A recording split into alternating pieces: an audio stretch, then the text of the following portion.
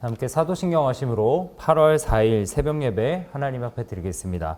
전능하사 천지를 만드신 하나님 아버지를 내가 믿사오며 그 외아들 우리 주 예수 그리스도를 믿사오니 이는 성령으로 잉태하사 동정녀 마리아에게 나시고 본디오 빌라도에게 고난을 받으사 십자가에 못 박혀 죽으시고 장사한 지 사흘 만에 죽은 자 가운데서 다시 살아나시며 하늘에 오르사 전능하신 하나님 우편에 앉아 계시다가 저로서 산자와 죽은 자를 심판하러 오시리라.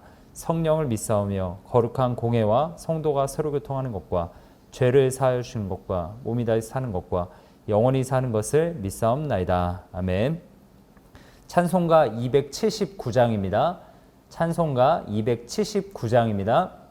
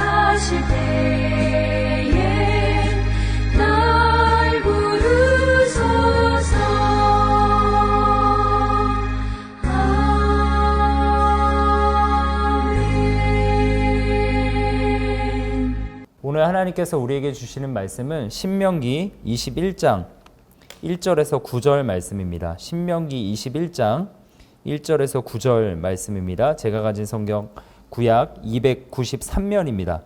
신명기 21장 1절에서 9절 말씀 제가 읽어드리겠습니다. 내 하나님 여호와께서 내게 주어 차지하게 하신 땅에서 피살된 시체가 들에 엎드러진 것을 발견하고 그 쳐 죽인 자가 누구인지 알지 못하거든 너희의 장로들과 재판장들은 나가서 그 피살된 곳의 사방에 있는 성읍의 원근을 잴 것이요 그 피살된 곳에서 제일 가까운 성읍의 장로들이 그 성읍에서 아직 부리지 아니하고 멍에를 매지 아니한 암송아지를 취하여 그 성읍의 장로들이 물이 항상 흐르고 갈지도 않고 씨를 뿌린 일도 없는 골짜기로 그 송아지를 끌고 가서 그 골짜기에서 그 송아지의 목을 꺾을 것이요 레위 자손 제사장들도 그리로 갈지니 그들은 내 하나님 여호와께서 택하사 자기를 섬기게 하시며 또 여호와의 이름으로 축복하게 하신 자라. 모든 소송과 모든 투쟁이 그들의 말대로 판결될 것이니라. 그 피살된 곳에서 가장 제일 가까운 성읍의 모든 장로들은 그 골짜기에서 목을 꺾은 암송아지 위에 손을 씻으며 말하기를 우리의 손이 이 피를 흘리지 아니하였고 우리의 눈이 이것을 보지도 못하였나이다. 여호와께서 주께서 속량하신 주의 백성 이스라엘을 사하시고 무죄한 피를 주의 백성 이스라엘 중에 머물러 두지 마옵소서 하면 그 피 흘린 죄가 사함을 받으리니 너는 이와 같이 여호와께서 보시기에 정직한 일을 행하여 무죄한 자의 피 흘린 죄를 너희 중에서 제할지니라. 아멘. 네, 오늘 이 새벽 예배 가운데 나오신 여러분들을 환영하고 축복합니다. 오늘 또 하나님께서 주시는 말씀을 통해 큰 은혜가 여러분 마음 가운데 임하시기를 소원합니다. 오늘 말씀 제목은 공동체의 거룩함을 지키라 라는 제목으로 말씀 전하겠습니다. 성도는요, 죄를 철저히 회개하고 또 죄를 경계하는 삶을 지속적으로 주님 오실 그날까지 지키면서 살아가야 합니다. 뱀이 악한 꾀로 아담을 꾀었죠. 네, 아담을 그리고 넘어뜨렸습니다. 사탄은 교묘하게 아담뿐만 아니라 아담의 후손들인 우리들, 모든 인간들, 모든 성도들을 하나님을 벗어나 죄에 빠뜨리려고 호시탐탐 계속해서 노리고 있습니다. 그래서 성도가 거룩함을 지키기 위해서는 끊임없이 영적인 싸움을 치러야 하는 것이죠. 특별히 우리가 오늘 말씀 속에서 이 성도가 어떻게 거룩함을 지키면서 살아갈 수 있을지, 그 거룩함을 지키기 위해서 우리 승인교회 안에서 또 내 개인적으로 어떠한 일을 해야 할지를 말씀을 통해서 교훈받기를 소원합니다. 첫 번째는요, 죄악의 요소를 반드시 제거해야 된다는 겁니다. 우리의 인생 가운데 죄악의 요소들이 많이 있죠. 그것들을 반드시 제거해야 된다라는 말씀입니다. 이스라엘 백성들은 하나님이 이스라엘에게 주어 거주하게 하신 그 땅에서 살인 사건이 벌어졌을 경우에 반드시 하나님은 그 살인자를 제거하여서 땅을 더럽힌 죄를 반드시 없애야만 했습니다. 죄 사함이라고 하죠. 그 사람에게 그 사람 살인자를 제거하여 죽임으로써 피를 흘리게 함으로써 죄 사함을 받아야 하는 겁니다. 민수기 35장만 보더라도요. 그런 내용이 나와 있습니다. 하나님의 법을 어겨서 이스라엘 공동체를 오염시킨 범죄자는 반드시 제거해야만 했습니다. 왜냐하면 왜 그렇죠? 하나님은 거룩하신 하나님이시기 때문입니다. 죄가 있는 곳에는요, 여러분, 거룩하신 하나님이 함께 거하실 수가 없습니다. 여러분, 우리의 삶에도 마찬가지입니다. 우리의 삶에도 우리 스스로가 죄인이라면 예수 그리스도로 말미암아 예수 그리스도의 의를 덧입지 않고 죄인으로 그대로 머물러 있다면, 물론 우리의 옛사람은 남아있죠. 그렇지만 죄인의 상태로 있다면 하나님께서 우리의 마음 가운데, 우리의 삶 가운데 임재하실 수 없는 것과 동일한 것입니다. 여러분, 이스라엘 가운데 하나님이 거하시지 않는다는 것은 무엇을 의미했을까요? 그것은 바로 그 당시에 이스라엘 백성들이 전쟁을 나가도 곧바로 패배할 수밖에 없는 그런 의미였습니다. 또 신앙생활 하면서도 재앙을 의미했습니다. 이스라엘 역사를 잠시 살펴보면요, 아간이 있었습니다. 아간의 범죄, 여러분 잘 아실 텐데요. 아간 때문에 이스라엘 백성들이 아이성이라는 전투에서, 여리고 다음에 아이성 전투를 했는데 패배합니다. 여리고에서는 굉장히 승리하였는데 아간의 범죄로 인해서 아이성 전투 때는 패배했다는 거죠. 그러나 이스라엘 백성들이 어떻게 했습니까? 여호수아를 필두로 아간을 제거한 이후에 이스라엘 백성들이 승리하였음을 성경은 기록하고 있습니다. 이러한 것을 진리로서 증명하고 있는 거죠. 또 다른 것들을 살펴보면요, 거짓 선지자 발람이라는 사람의 조언을 받은 이 모압 왕 발락이라는 사람이 있습니다. 이 발락 왕은요, 이스라엘 백성들을 우상 숭배하고 또 음행하게 하려고 계속해서 유혹하는 그런 왕이었습니다.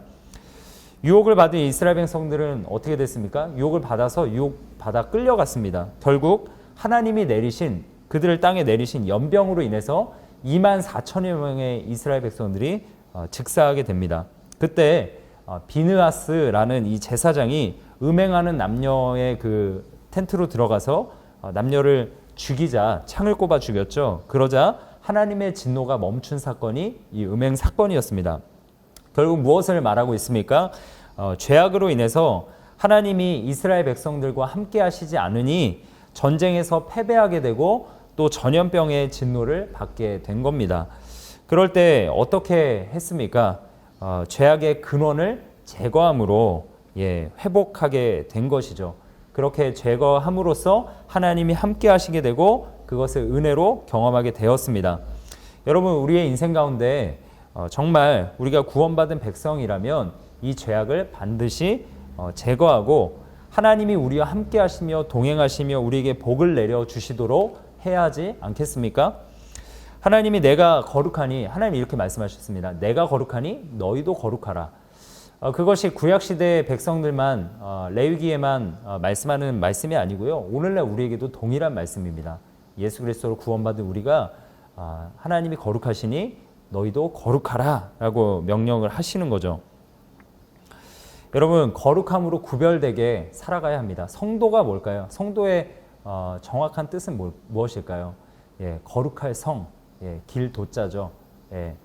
그래서 거룩한 그 하나님의 말씀을 따르는 주님의 백성들이라는 뜻을 가지고 있습니다.